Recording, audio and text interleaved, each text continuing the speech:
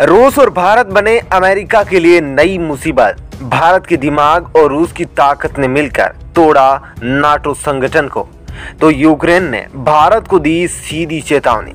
दोस्तों, इन सभी खबरों पर विस्तार से चर्चा की जाएगी। आइए पहली बार जानते हैं यूक्रेन ने भारत को लेकर कौन से चेतावनी दी है और उसके बाद आपको बताएंगे कि कैसे नाटो का टूटना शुरू हो गया है। दोस्तों, वो अमेरिका जो 1971 में भारत को डराता और धमकाता रहा है और भारत के उस समय के सबसे बड़े दुश्मन पाकिस्तान की हर संभव मदद करके भारत को कमजोर करने की कोई कसर नहीं छोड़ी थी, आज भारत के सामने गिड़गिड़ा रहा है।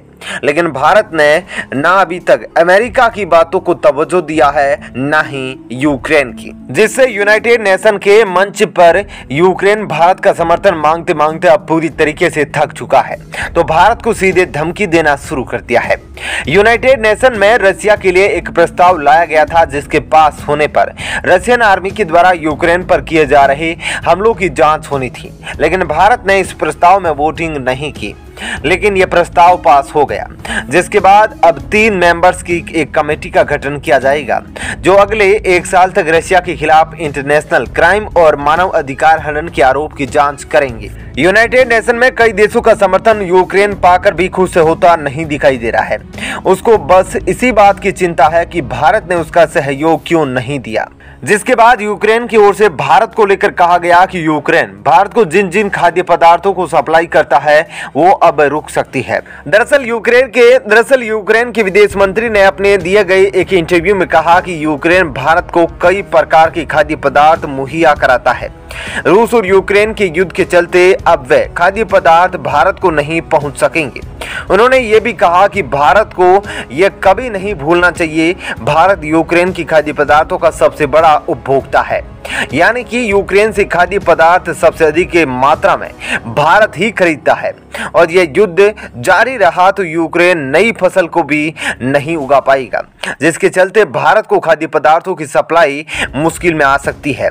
इसलिए भारत को यूक्रेन की नहीं बल्कि अपने खाद्य पदार्थों की चिंता होनी चाहिए। इतना ही नहीं, यूक्रेन के विदेश मंत्री ने यह भी कहा कि ऐसी परिस्थिति से बचने के लिए भारत को रूस और यूक्रेन के मध्य चल रहे युद्ध को समाप्त करने में यूक्रेन की मदद करनी चाहिए और भारत को पुतिन से कहना चाहिए कि वह जल्द से जल्द इस वार को खत्म कर दे।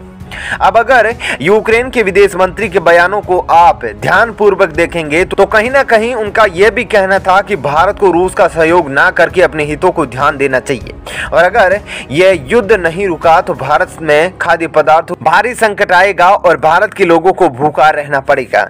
तो क्या भारत सच में अभी भी कृषि में इतना पिछड़ा है कि वह दूसरे देशों से इंपोर्ट करके अपना पेट भरता है? आप इसको हमको कमेंट करके जरूर बताइए। और अब आइए आपको बताते हैं कि भारत ने कैसे अमेरिका और चीन को रूस और यूक्रेन के मुद्दे पर करारा तमाचा लगाया है। दोस्तों, 1971 के युद्ध में रूस ने भारत की खातिर दुनिया के आधे देशों से दुश्मनी मोल ले ली थी।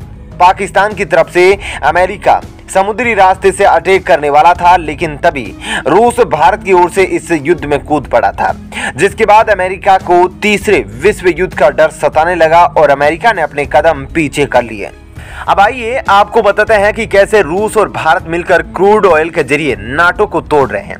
दरअसल जैसे कि आपको पता होगा कि रशिया क्रूड ऑयल और गैस एक्सपोर्ट करने वाले देशों में सबसे प्रमुख माना जाता है और अब नाटो के इन देशों के बीच यह सहमति नहीं बन पा रही है कि वो रूस से अपने इंपोर्ट जारी रखे या फिर बंद कर दे, क्योंकि अमेरिका पहले ही डॉलर पेमेंट पर रोक लगा चुका है। तो इन सब के बीच अगर ये नाटो देश क्रूड ऑयल का इंपोर्ट जारी रखते हैं तो कौन सी करेंसी में व्यापार करेंगे?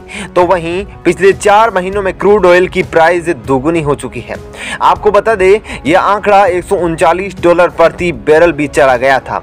वहीं अगर रूस और यूक्रेन के बीच समय रहते युद्ध नहीं रुका तो क्रूड ऑयल की कीमत $200 प्रति बैरल भी पहुंच सकती है, जिसके चलते पेट्रोल, डीजल, एलपीजी में भारी इजाफा होने वाला है। अभी यहां पर रशिया को जबरदस्त फायदा होने वाला है, क्योंकि मार्केट में क्रूड ऑयल की कमी होगी तो देश यूक्रेन को छोड़कर रूस का सहयोग करेंगे। उधर भले ही नाटो संगठन के देश फाइटर जेट खुद के उड़ाते हो, लेकिन उनमें भरा जाने वाला ऑयल दूसरे देशों से ही इंपोर्ट किया जाता है और यहां तक कि रूस से भी कई देश अपने फाइटर जेट के लिए ऑयल इंपोर्ट करते हैं। अब केवल क्रूड ऑयल तक ही यह युद्ध सीमित नहीं रह गया है। इसके साथ साथ मार्केट में वस्तुओं की कीमत में भी भारी इजाफा होने वाला है। यहां तक कि जिन देशों के पास लिमिटेड मात्रा में फॉरेक्स रिजर्व है, तो उनके लिए विदेशी चीजों को खरीदना अब बहुत मुश्किल होने वाला है। रूस और यूक्रेन का युद्ध भले ही दो देशों के बीच चल रहा हो, लेकिन अब इसका प्रभाव धीरे धीरे दुनिया के सभी देशों पर दिखना शुरू हो चुका है और इसकी सबसे पहली झलक पेट्रोल, डीजल और एलपीजी से ही दिखने वाली है। इसलिए नाटो संगठन में शामिल सभी देश चाहते हैं कि रूस के क्रूड ऑयल पर किसी भी प्रकार का कोई प्रतिबंध ना लगाया जाए, लेकिन अमेरिका और ब्रिटेन डॉलर पेमेंट के प्रतिबंध की तरह ही नाटो के सभी देशों के ऊपर यह दबाव बना रहे हैं कि उनको क्रूड ऑयल प्रतिबंध का भी अमेरिका को समर्थन करना चाहिए।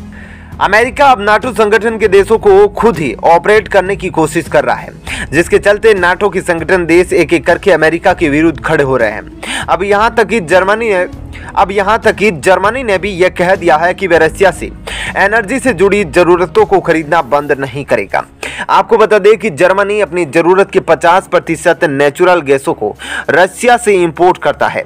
इतना ही नहीं, 30 से 35% कोयले का इंपोर्ट भी जर्मनी रशिया से ही कर रहा है।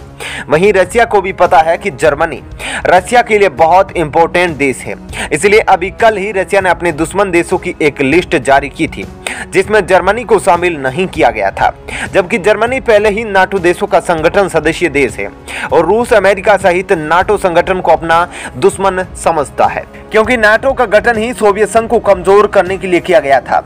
वहीं यूरोपीय संगठन को चलाने में सबसे बड़ा हाथ जर्मनी और फ्रांस का ही है और अब दोनों जर्मनी और फ्रांस रूस के पक्ष में झुकते नजर आ रहे हैं। तो वहीं रशिया के लिए बहुत फायदेमंद साबित होने वाला है, क्योंकि अगर जर्मनी रूस से अपने व्यापार जारी रखता है तो यूरोपीय संघ के और भी छोटे देश अमेरिका के कहने पर रूस से अपने व्यापार बंद नहीं करेंगे। इन सब को देखकर आप आसानी से यह अंदाजा लगा सकते हैं कि अब शक्तिशाली देश अमेरिका भले ही हो, लेकिन चल तो रूस की रही है। वहीं इन सब के बीच भारत को भी जबरदस्त फायदा होने वाला है, क्योंकि जब जर्मनी रूस से अपने व्यापार जारी रखेगा तो भारत पहले ही रूस को आरपीएम यानी कि रुपए पेमेंट का ऑफर दे चुका है। भारत ने रूस पर किसी भी प्रकार के कोई प्रतिबंध नहीं लगाए हैं। उधर रूस ने क्रूड ऑयल पर भारत को छूट देने की बात भी कही है। वहीं अमेरिका किसी भी तरह से रूस पर क्रूड ऑयल को लेकर प्रतिबंध लगाने की पूरी तैयारी कर रहा है।